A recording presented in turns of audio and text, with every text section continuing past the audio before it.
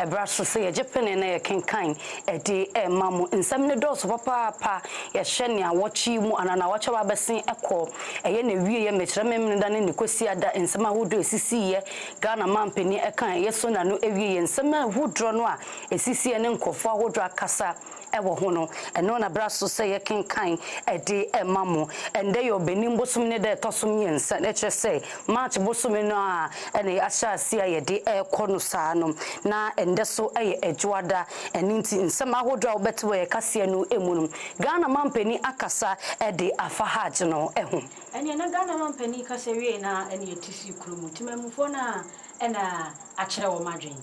Ghana mampani ekan eyeso na no ewie ye nsem bebre no a ene opani no aka wo kyere mu se eyade no nko sanka obo eye aban aba besin ekọ abaso anya de ni bekyere mu ewo Minister of Transport asoye odi nsem bia aba betudwa se wono de wo behwe ama periperio aba LGBTQ+ empenifo akasa eho empenifo akasa ewo ho edia na yede ani ebekyere mu ewo brahye bedwafie wa Ghana mampani ekasa wieye no na NDC ni bi ede nsem bi aba betudwa sansem no yabeti ni nyina mu Apam Global Outreach asafoko no na ebo ye chiridom da ne de na se ho se etie kunja kase yi emu a na eya Apam Global Outreach asafo no ono na so yemu ama yemu ayeduru na ya no so awo aye kenkan kase do ede amaw sanya da ne de ni tina kasemfoni so ye ka no ya wade bia no eye mpaibo kese ewo fidie mu ha eninti bebi bia wo bia no na wo de aka wo dwumedi a wudi no ehum se wo beko dwam wo beko ejuma wo beko bebi kura no edinkan bra be pie mu ewo fidie mu ha na nyankopɔ emfa na ko dansa ban no ano evangelist papa ni agman so na onje wo emfiri eye empokyere mu sa so na kai na kyade so say na wo chi eye firi mu ya na kyese sit ebesi set besi ya wada ana oba 7th Friday na fe no 8th e de akwakosi memene the next communion service no a na be land wo 8th no bo modern na dwumedi kenchirencha na mpenifo e de ahwehwe so no oba be piem e wo fidio ma ne nyina na ya ka bom na ya bom paye sane osoro e betumi ate yende e ba ne saade na ye be fra homa hodro no sane e be bom bribia no etumi akonkan eni 0249669993 0249669993 ana 0540378282 0540378282 now nimpedifo acheche enkomo so ofie chichi ni bencheye na wo ba dwumedie no mpedifo ye no kwanso nkoso sei wo fie chichi ni bencheye kwa na wo ba benya bebi ada eniti ni aba ye ne se ansa na dani bedru no wo be frɛ na wo nimpedifo edika subom na wo agi bebi edi amansa ni wo ba bebi a wo beda no ye benya bi edi amaw eniti ni eyedwumeko ya daroma na so yemu me kenkan kase edi ama obetumi so aka ye ho ewo Facebook ya Apam TV GH YouTube so ye Blaze Life ewo ho eni to be like wa share no comment ne kama edi amaye akenkan fo no me na ama Fordjour mene ka kire nua na ya Sikapa eni de mi enda ne ye ho kombra ye ba ebebo wura nsem no em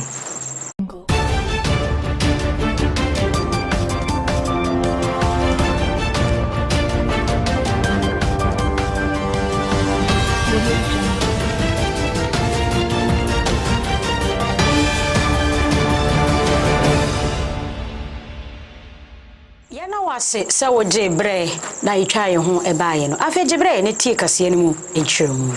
ye kwa kase no emu dia ne ye kwa akopie mu ewo eye empenifo akachemekere mrahwebedwa efie na ye kɔ hɔ dia na ye nia ye nim se aban ababedi no ensem bebre no na ekɔ so efa no LGBTQ+ no eho eno na empenifo ekire mu se LGBTQ+ aban dada mekere MPP aban wo gitu mu ana mrahwebedwafo ebobo ho agitu mu esensan ho enkrata no na wo hye nim se nkane mampani na nadodan kwakufo adoda nensa ebehye sankrata no ase nenso opani no amfa nensa anhyase epedifo kire mu se wotabiri nkrata ni na do kopie mu ewo opani penino atenaye nanso e ade penino amfa ne nsa anhye ase ni so na etoso ne twatwo kra no na eyetimamufuo kra hyedim se nka omampeni dada ebe kasa ede afa LGBTQ+ no eho nanso nya ade awono agitu mu anopenino ekasa ye ewo ho eno na empenimfuo insia mechama hyebedafo wano akasa achire mu say ayade a waterly human sexual rights and family values bill no wode akwakoto ayemra hyebedafie ebion na wano akasa ede afasa LGBTQ+ no eho esanse na wo so wogitum nanso no aban ababesen komechire MPP aban ana enkane na nadodan kwekufo ade na edi wono enim no wano anja tumudia na tese 4th republic we wo so wo bomodin bobo hu ewo mra hyebedafie na jitum na ekutie sanse ya mambra na afei ya mamre ni ya mandie ewo manga na emuno enso so se sabe oba ene bema beda bema ni bema so ebeda eninti no Ghana mampeni kwa agina simpie so dia tu eja so se onim so oba ne bema oba ene bema na eware eninti ni sanya mani ado beso so eninti ena mpenimfo abomodin ede sanse mi akwakoda mra hyebedwafo mpenimfo yi bi ene orasam nate George ono no emra hyebedwani ede mani ngom prampram abato mpeso ano eso saso ena Reverend John intim Fordjour ono no yemra hyebedwani ede ma Asen North nti ene nkofo ahodo mkeke ka ho ena wode sansem we ekotu eja wo kire mu se Reverend intim Fordjour ekopie mu ewo TV station bi eso na all kasa say eho hia pa sasa human sexual rights and family values bill no wosan so ede boma hyebedafie na wokasa efa ho se ne ebeboa amane me bia ankokɔ yie wa aban ababesen ekodomu aban we a Ghana mampeni His Excellency Owura John Dramani Mahama edan no ne de obeje ede atum ene na ye bompa ye se nyame enka ye mampeni akoma na bill no omonhwe na bibia enye kama ye beto aso dia na ye to aso free honorable intim Fordjour openi edi ensembi ebetu dwa wabra Ghana mampeni ekasawie ne nsema wakanyina ene se Ghana mampeni edi ensem eba betu dwa wosre wona wobomodea efakrata ehwehwe ne ememu ema no ansa na waba beresa edi ema Ghana fo ni nyina wo se wo moto wo bo na omo hu bibia se eye periperi ansana omo de bibia ama Ghana mampeni aba beka na ono de wonim se free SHS no aba boa pa afei so no enya ne sa na mom eye 3.5 million ena ye school feeding program yi anase free SHS aba na aba beboa Ghana fo se ne be ya mbofra no ebetumi akọ school na ne ehia ne yie pa Ghana mampeni anka na mo bohu wa bra wonya kwan se woni Ghana fo nyina edi nkomo eye LGBTQ+ no na oyeden na oyeden wotwini mutan na oni bete ne ekoye pekora na wanyintum na wonhu ne se eno de ehia se wo se woye hu adwuma. He got the number wrong. Beneficiaries are benefited free SHS anya 3.4 said your man Mahama kan no 3.5 million beneficiaries. Enti womo a brief no womo man briefing ye and as a cut and paste one ask say say stem there wonyi ni say stem no ye special STEM schools said the any be 11 STEM schools o ba betwam na ba betwam a afi dey say o ba category A schools no Tibet enti wo de ebra the yesterday say LGBT no oye opposition leader or boss say wono nko ba obe support to sa bill no when to me am so back mpo meanwhile no or boss say ono private members bill be a pass persons with disability bill no or support or some boss say or support affirmative action bill and then one must so or support sa human sexual rights and family values bill o dwane ho o dwane o wanwane o bill no ya san de aba ye be kwa akoma no e san say ehia 93% of the population the ehia wa no wa mboso ye bi say o mampani say and then eba amrase bedwafi no wa mboso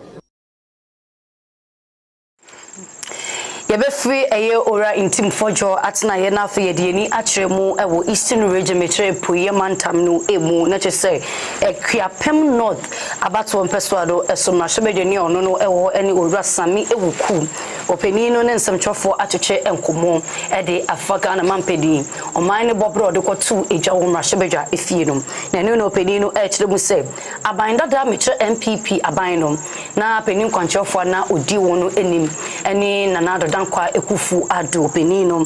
ɛyade Ghana mampeni bɛgyira mrahwɛbɛdwa fie bɛkenkan ɔman ne bɔbrɔ no na wɔ sɛ nkɔbɔ Ghana mampeni anan kan mampeni abaso esanse opani no yɛ nneɔma yɛ papa wo hyɛ sabi agenda 111 emu akwantempɔn ahodro emu schools ayaresabia opani no de aso ɛbɔ fam na wo hyɛ ase de ma contract na wo de yɛ adwuma no wosise na ebi kra no wo pa ho entema ebi wo kra wo no enwie ɛni nti no na wo sanko opani no bo ɔmampani abaso papa na nso wo hyɛ He was not expecting anything new. The NPP was not expecting anything different. The president was selective in the balances in the obeto of some state-owned enterprises. Once we talk about baby abai and na Sikapa from so to make baby heritage as Sikapa so more pija, then you become balanced. Then it makes it easy for us to say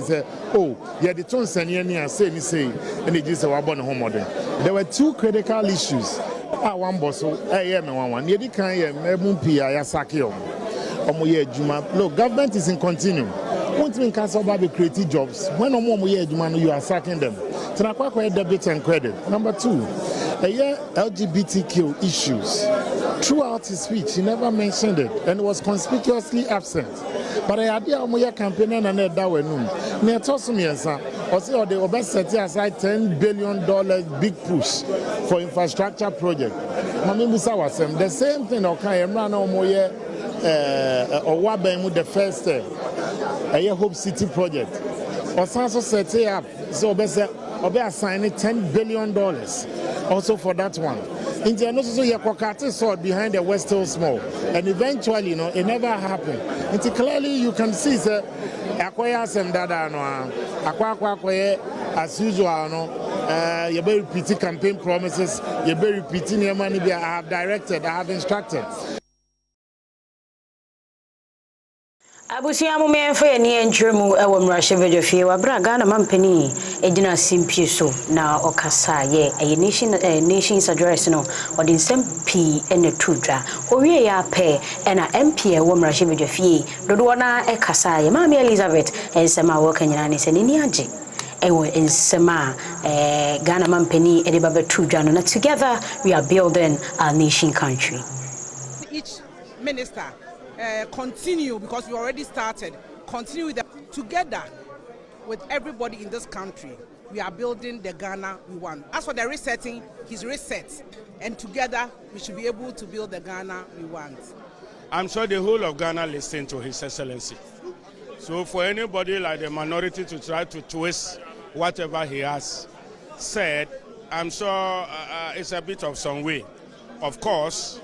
they will always have their say, and the majority will have its way. What is it about? His Excellency was point blank. When he came to education, for me, what I'm so happy about his State of the Nation today is the pronouncement that now every school building will be attached with teacher accommodation. In fact, you can imagine a president who has taken the reins of power in 50 days. And he's telling us what our State of the Nation address so na watcha babesi na empedifo ahodo bebrenu na akasa ede afa ho we titire muni a ono eda All People's Congress ano ani ora Al Hassan Ayarega ana Hassan Ayarega openi no dinsem bi atu eja ni nyina ene se edom kuma wonhye ye esanse eho bia yedi djuma ebia bibi ti se biubi yedi kwoto ne ye pass ne bedane mbra ewo oman no emu ene eho so no djuma yendi agro fa NSS no yenkotie senya nsem no ekoye.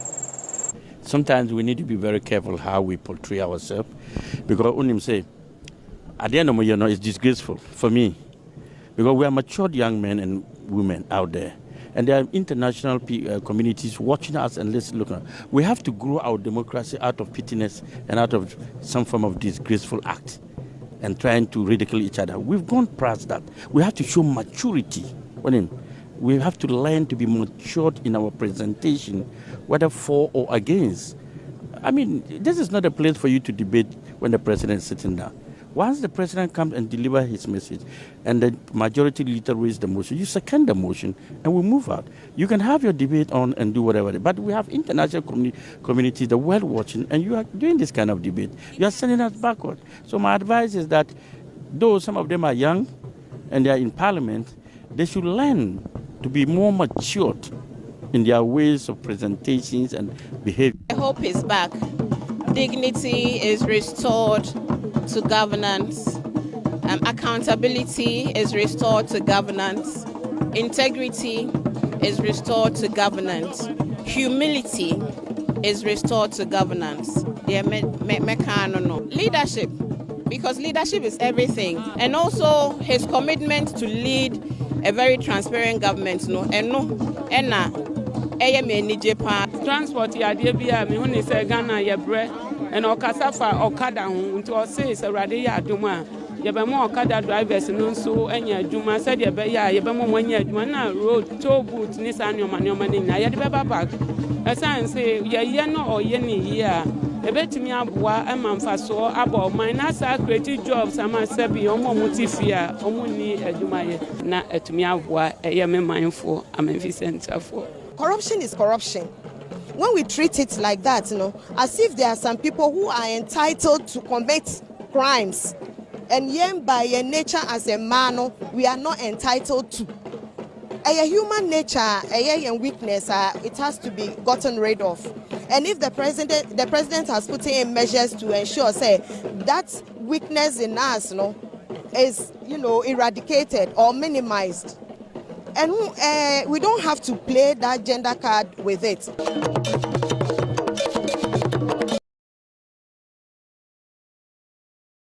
Abusiami yentinsi amama imuna yenkokumase ni yenkonkotie ensamwa Ghana for eka. Wabra Ghana mampeni these nations address no ebaye. Dodo na ena kasatime amufuo no akyere wo madwen na ebi mo se wono mo de wo mo enje Ghana mampeni enni. Esan say aban bia baswa ne woye ene woye obi nso se nka ne wo hwehwe nyina ene se nka Ghana mampeni ebekasa afa LGBTQ nanso no wohwe ya tena ase ya de TV ne to baby a obosen ko hwe de TV ne to Cyrus TV a yetenka obenya bi etie senka Ghana mampani ebekase LGBTQ no obedi hu dwuma nanso wohwe ya wante ni nyina. Yeah, I would say it's not the true state. It's not the true state, because before even the address, people came that when he comes, he should just say what it is there. So you can't just come and then say something which is what we are in now. What he came to me, there is something better there. He has to say that one and then say that there is nothing there. So all the promises that he said he's going to do, and now he's saying that due to this circumstance he cannot. I would say. Or no president has inherited a smooth or a resilient economy. That's how I see it. A president will come, he will deliver the State of the Nation's address.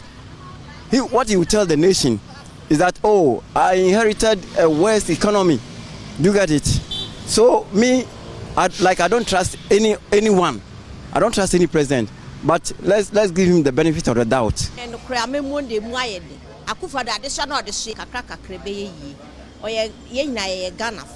Actually, I heard the president talk about the doomsday and the complete of our ferry hospital, but I was expecting him to talk about the completion of the Swami interchange and then that of the LGBTQ. But actually, we are hoping for the best, and then we hope to see more.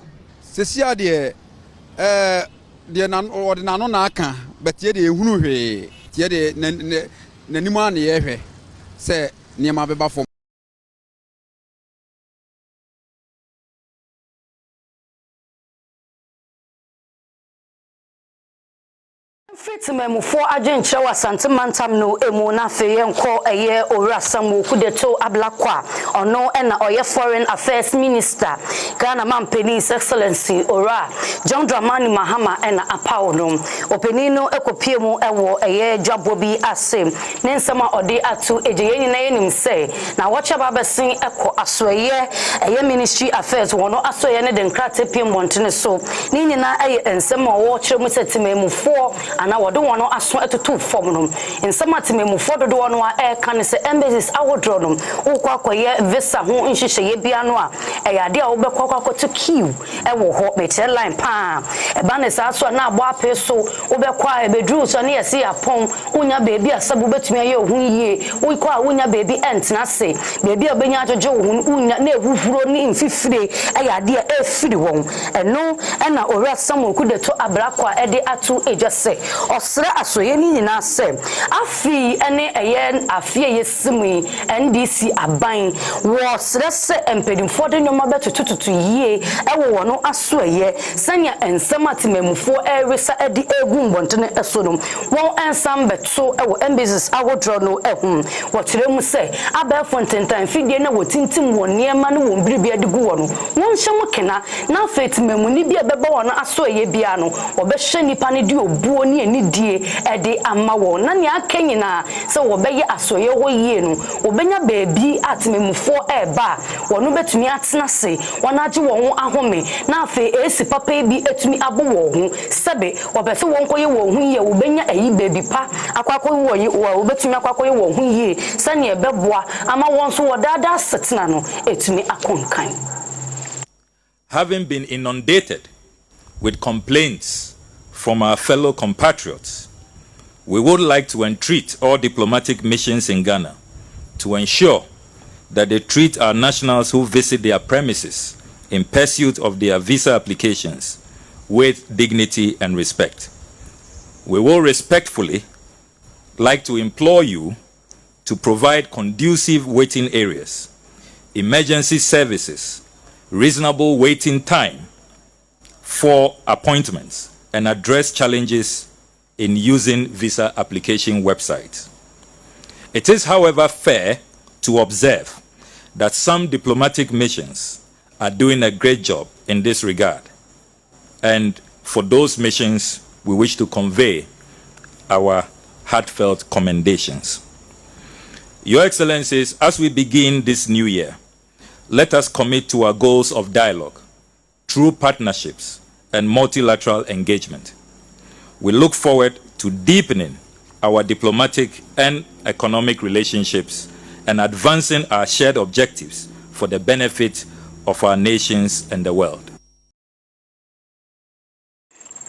Abusia ya toaso dia na yede ni etwemu ewo MPP for asweye omode ensembi ababetudwa mama mfa munko chika kara wabra ya to abani wiye ye nyina ye nim se eye NDC enefa nkunimdie abotru no na ye na MPP for ebo mode a eye omanyu se omo bete committee omo be ye nhwehwemu na omo hu nienti a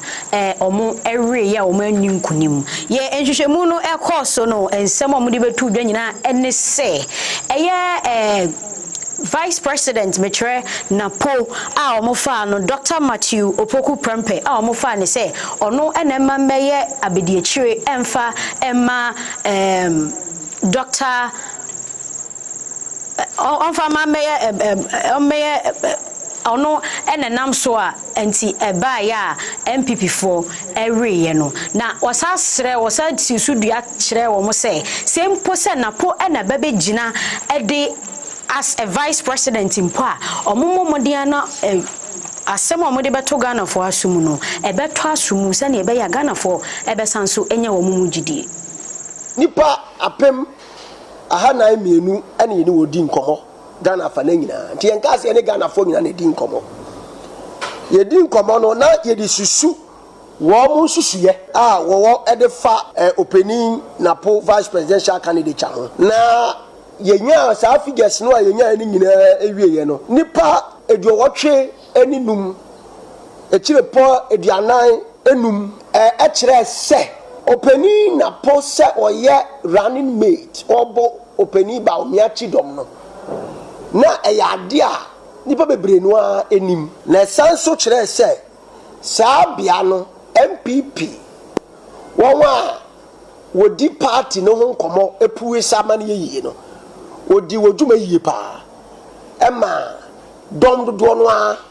opa ete openi na po enka na se wohunu so ho na so ye pawo no so obedi akire no na akwansidie bebre edi nachi wode no toto openi ya ose edi twum ho a na kamea ye se na openi ya ose edi twum de no eye kakra edi chen ono de no na so se MPP dwumedie betumi akoso mfi akeda wonim kanka abato fofremu e wodaakye a eye se ohwese obesene won amanyosem ho adansidie ene ho dewuro bono obehye kena na we piano e wo kwan so a obedi nkomo efa Ghana sikasem ho kwan a ebetumi afa so to oman no ama man no akosini sibre pemu na so wodi sankomo ya no won hwese nipa kura obedi wonimu kan ene de obobo se nipa ndi chidom so wode be kwa adwendwene mu ama no aka no efu ano ama aso abapa e de ama MPP e de ama Ghana ama yosem ne kedmam kebi. The party will have to come up with their own person, the party's own choice. The flag bearer, the party's primary produces the flag bearer.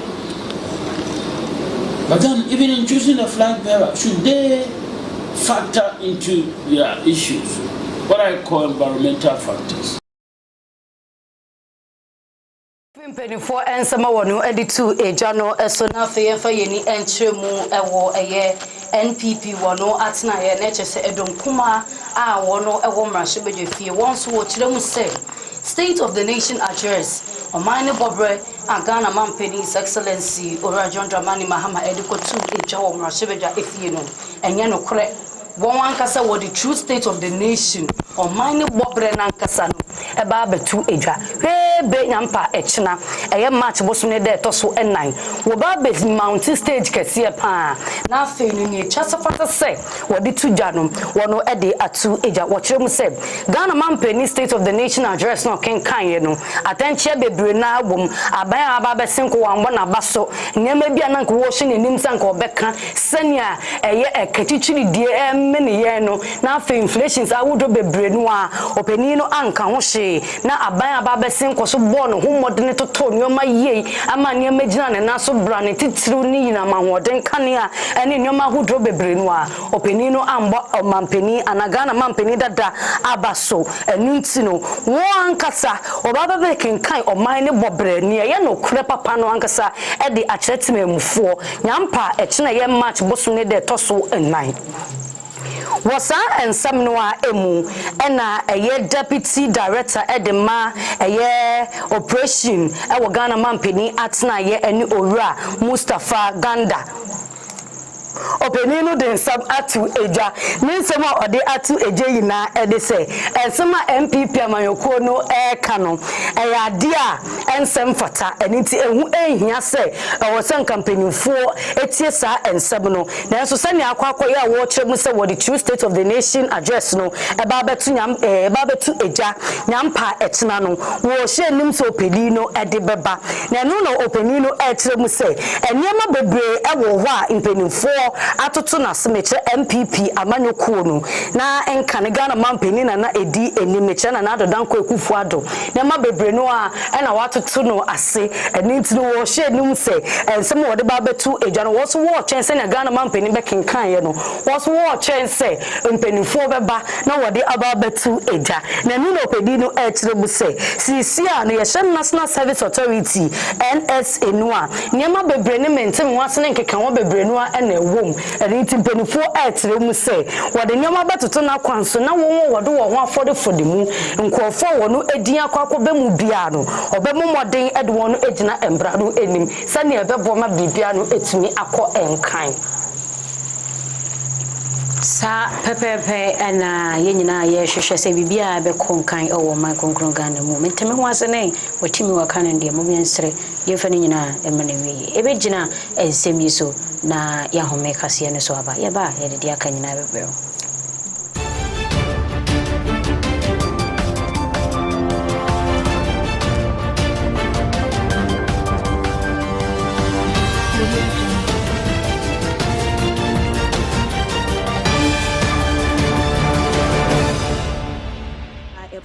the Lord delivers Israel from Egypt, and by a prophet he preserved them. Hosea 12:13. Apam Global Church etunsa ediafro abanansa jumedia eye healing and miracle service shall on the sea they go see the 8th of March 2025 yimu. Eti posema eda jumedia kese so eye I will not let you go unless you bless me. Genesis 32:26. Nyejumadi kese esini nanso eye yankasa ye papa the global missionary evangelist papa ni Ajeman mission coach 1 kaise jumadi kese ekoso ewa apam fie so tuom rescue point junction anopebia wabra abo nonsia enefa pepepe enyi wo hu emfiri mesanse nyame nam na koa ene na di for so ebe kasa ato wabra boso a ensencheni ene adansi a wundi bida ene beba wabra bom hyene so ema me ebio se nyame ya adoma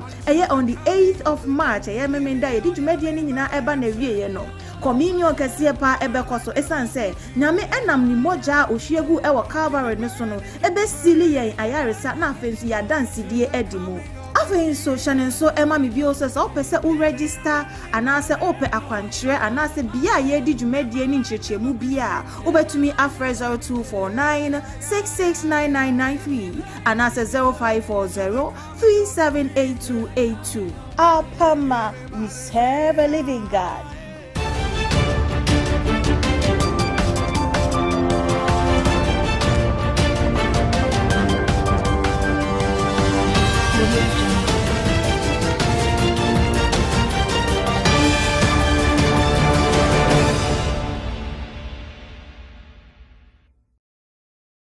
Nasa se okan ye homa ye dane ye ho jinkrato ye 27 so ede amamu ye 27 so dia ne ede ni etremu ewo transport minister na so ye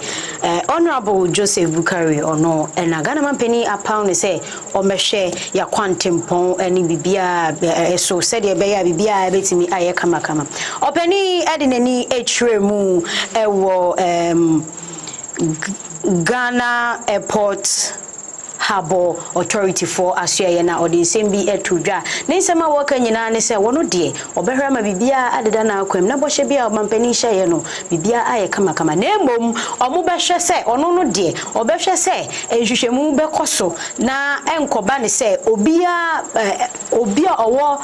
oye politician bia emfa ne politics anasa ne manema no enhye obi kutupa emma ne dibre bia edimu na eba ne sa entwayi eno nti sa no enkoye kra ode ne nan besi fam ama se de be ya obi wo hono mai wo se wa ye adwuma no for so many years wasanke ye bona baso nanso na asem bi nti minim asemesi wo baabi minim asemesi wo baabi na ye de no adi oniya sa woniya nani me ba ne sa enkoye then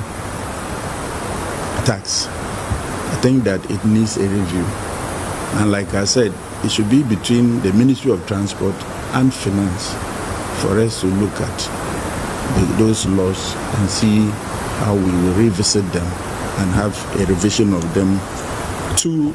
incorporate the ideas of our partners, especially those who do business with us from the landlocked countries. The President's commitment to resetting this country, and we are the ones to see it being implemented. And this issue of 3 persons, 1 job, I feel that if we put our port in a good shape, it might turn from 3 to 4 doing 1 job. Because in any activity you do, you should have a backup waiting. So that if there's anything, you can fall on a backup. And I believe you in the military do it better. And the President is right in bringing you here for us to ensure that we do things in the right way. We do not support or believe or will want to condone with anything called political promotions. Yemfri empenifo aso na fe yemfa ye ho enkopie mu ewo oman Sikapa tan no emu Metro Bank of Ghana empenifo akasa na amradwa ono eda oman Sikapa tan no ano ene Dr. Johnson Esiama opedi no dia March bosum ne da etoso enum 5th March obekwa kopie mu ewo mrahyebeje fie na afi do Central Bank foforo kra wo ba besi no ana wonu ahyase kra esi mechira bandada no ene fira siese wosi na ode ho nsem ne ntotoye ni nyina no e de akwakodan eye empenifo wo mrahebedwa efie na empenifo ekire mu se aban ababesen ekọ na efiri saa djumedie no ase na eye November bosom ne detosu eduenu e won fimpinum ni eduenu ennan sikatituri dia na wode ehye saa eye bank square no emu mechire Bank of Ghana headquarters no eye sikatituri die America sika no eye 250 million no na nko eye sika botene a wode ehyem atoto nyoma na mpenifo ekire mu se enkane amrado na oda oman sika ko batan no anom sika mpenifo etwaye edema no afei na ekwowiase no na sika ni bi afa ne nsase eninti no nyama entumi ankose na MPP aban ehye nim se ebeko na no enampenifo akire mu se ommo modern se owura eye Johnson ede nsem bia efasa eye headquarters no eho no ede ba betu eja ewo mrahebedifi eno no ekire no ena wo kire mu se edom kas owura Mahama Ayarega ede tu eja se ehun benya so pedi no ba be pie mu ewo eye mrahebedifi na ensem awodro bia efa edan no ho sie hu sike bia ban dada no etoto na se na sike bia wono ebehia edi ewie eye edan no obesan so ababe kenkan ni nyina sene ebeboa ama sene Ghana mampeni His Excellency Ora John Dramani Mahama epe no sene kredie pepe ye bekosoro ebetubi akoso ewo bra eye amrado a odo no eda oman sika ko batan no ano Dr. Johnson Esiama kenkan sene ebeboa mo man sika sem etumi afanentima pano if fanentuma pefra dia ne etoaso ewo Ghana yemampeni eso Excellency John Dramani Mahama o penine edi ezimbi ababetuja wuchire mu se eboshe bia washe bia se fa free SHS home se fa 24-hour economy home se fa impuntunjuma home se fa securities any ade no obehwe na boshe bia washe no wa make sure say bibia adeda na akwem. We remain unwavering to our commitment to achieve the Sustainable Development Goals, SDGs, and will work closely with the United Nations and your respective countries in promotion of global peace and security during these turbulent times marked by geopolitical tensions. Our collective vigilance is essential to curb threats such as terrorism and also to address the impact of climate change, two pressing international issues that require our immediate attention and action. Moreover, Ghana's membership of and active engagement in organizations like the African Union and ECOWAS showcases our dedication to advancing social and developmental goals through international collaboration. Our focus on regional stability within ECOWAS remains paramount, recognizing the deep connection and therefore fortifying our border security is essential for safeguarding our nation's safety and preserving our sovereignty. We understand that stability is the foundation upon which sustainable development is built, and we're committed to cooperating in key regional initiatives, including relations and collaboration with the Alliance of Sahelian States. Swejde mu Ghana mampeni His Excellency Ora John Dramani Mahama ensema oditu eja na odiatu eja se wo ba bepa djubedie be yatu di Ghana Labor Export Program eho entma na sa eye djubedie ya de beboa embebu ama wono enyansan nedjuma aye na wonso dane den na wonsa etumi akono ano esanse aben ababesin eko ebanu mpuntunjuma obi ebie indjuma ede ama enkofo a eya de ho kwa chepa enonuma eye embebu no enya ejuma anye enintinum niema bia ensem fata no ena mbebu no de wo ho efodefodemu enonu nti ena opani no akiremu a na nto abo wo bra na ye ba beto abano ode tu eja say setimemu fobo modern de tumi ni hyenensa ema ne be yo mampani e wo manka na emu a eya de obeboa no wabiebie enjuma awodro ede amatememufo na wonso wo no enya ejuma titiru eni 24-hour economy a ode eba wɔkyerɛ mu sɛ wɔne ɛyɛ asɔye ahodoro ndwemekuo ne mpenufo ahodoro no akasa sɛnea nka ɛbɛyɛ na wɔno etumi ara ne shift ɛwɔ hɔ ɛde nti sɛ obi ba adwuma anapa na ebi ma ba ne wia na ebi ma ba ne nwumrɛ sɛnea ɛnkɔyɛ sɛ nipa baako ɛna ɛyɛ adwuma wɔbɛyɛ adwuma de mu ni nyina efra na pa nsia ɛde akɔkɔpem nwumrɛ nsia ɛba ne sa brɛ ɛwɔ hɔ ɛne nti sɛ wɔhu ne sɛ 24-hour economy no wɔde ba ɛbɛboa ma nkɔfo ne timemfo enya adwuma ayɛ is collectively. The world is interlinked, and the obstacles we encounter are not confined within our borders. They require a unified response rooted in solidarity and cooperation. In Ghana, we are committed to promoting a 24-hour economy aimed at creating an environment where businesses can operate around the clock. This initiative seeks to maximize economic productivity and infrastructure utilization while generating sustainable employment opportunities across multiple shifts. Key sectors such as agro-processing, manufacturing, pharmaceuticals, construction, and transport services will greatly benefit from this policy, leading to a thriving economy that works for everyone and not a select few. We recognize the vital role of export development as a key driver of economic growth. We will accelerate export development aimed at boosting export capacity. Your Excellencies, ladies and gentlemen,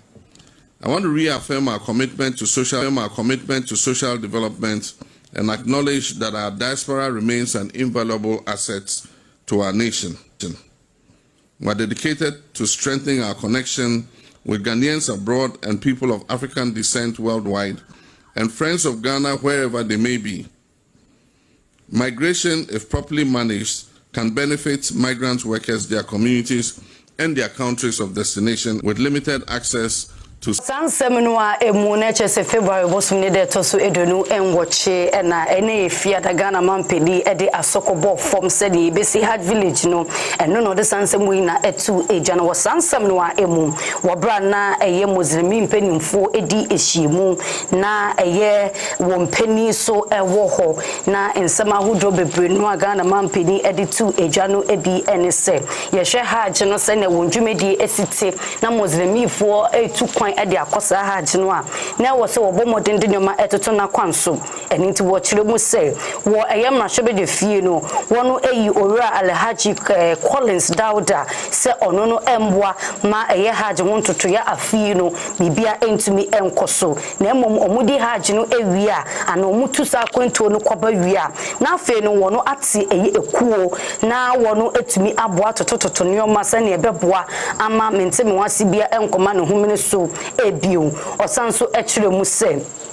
senya wode nyoma egugugu na kwemu no wo sere papa patempenim fo wono ebeyi won ede won atosa eye hajjumedie no ano no won momoden se won manfaso de empie mfiri eye dwumedie na wodi no emu na emom no se ba ne se mfaso de bi epie firi mu na ye 10 peso asimpo a won momoden se wode beye biribi de beye mpuntu dwume bi ede ama muslim bi fo ana so wode bekọ akoche injanka na aboa ma biribia no etumi akọ enkan eni nti we eye sheik Shaributu ono ena etinu owo no echire eno no eye muslimi fo wono epeni eni tin sama Ghana mampeni editu ejano eni.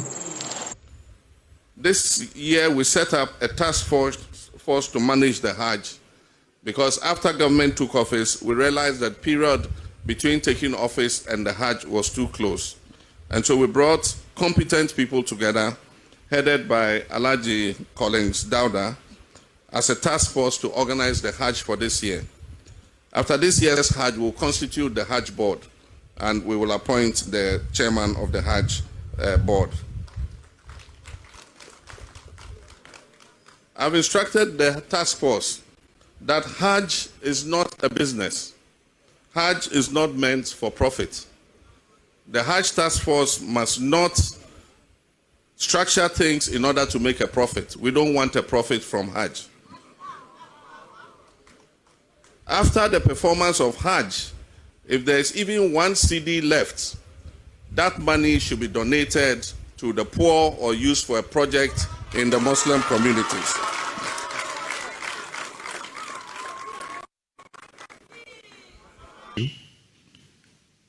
And I would attempt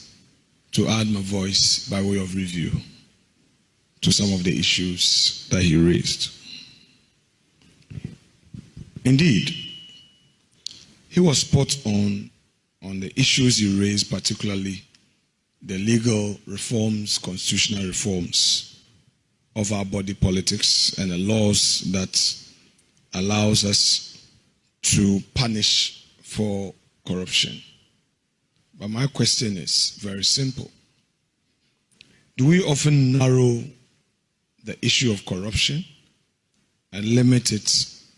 to the politics? Esi enkunja ewo ho na fe yemfa yeni enchemu ewo eye Ghana mampeni aso eye na one eye Clark no ekohia ye ne impenimfo ahoto bebre no a na enu no peni no ede atu eja ochire mu se ewo mu se yesika no atete pa sai sene na owo echichirichira na inkane no ohunu no enya saa na etie ede nti openi no echire mu a ewo se wode nyoma ahoto eguna kwanso sene ebeboa ama enyoma etumi ayeye na no no penino echiremu se ne sika nsab na atete apansab no impenifo ehye nim sa no di impenifo no enim no wo hye nim se wode nyoma betoto na kwanso na masika sam etumi ejina ne na so brane esan se timemufo eni gidie ewo se ne Ghana sika na atete apansab nyoma so se ya na esei eni nti no se ne timemufo egidie ewu na woni eye gidie no o hye eye timemufo nyina abose obebo modern se obema sikasem no ejane na so na fa ejidie woni ewo sikasem no wono asanso enyane binwe eye nsem a Ghana Manpenis Excellency Ura John Dramani Mahama editu eja is to stabilize the economy, measures to boost investor confidence, to cut down on wasteful government expenditure and strengthen our finances. Beyond economic stabilization, we are also focusing on what truly matters. Abusiamo me momodiani ensamfie ni enchiremu ewo Alisa Hotel One Ghana Movement wabra OSP Special Prosecutor kisi ora kisi ajabe odi nsembi eba betudwa se Ghana hanum sei no ansa ne yebesi katase shepro ya ne kankan ho no ewo se yetimi ehu ne se emre bi wo wono ma ye ya emfamra kwan so anti no ebi wo wono ma obi ejina obi na opese omma ni bibi kakra ansana wama ne twemse mo amoni tuade me pempenso a me pempem akono enti wo sere se sane amani nyina no ye betimi aso ano na katase shepra ne kankan no etuo etimi etwa. So Professor, a great starting point should be the reckoning that gift giving is ritualistic in our society. It is always difficult to distinguish between the lawful and the unlawful when it comes to gift giving in Ghana. And so when the bystander lends a hand to assist you to lift the side of your vehicle that is hanging over a gutter, he expects you to show appreciation by giving him a token cash sum. Well, these days, the bystander will actually demand the cash and may probably verbally abuse you if it does not forthcome. It didn't used to be the case, but now that is it.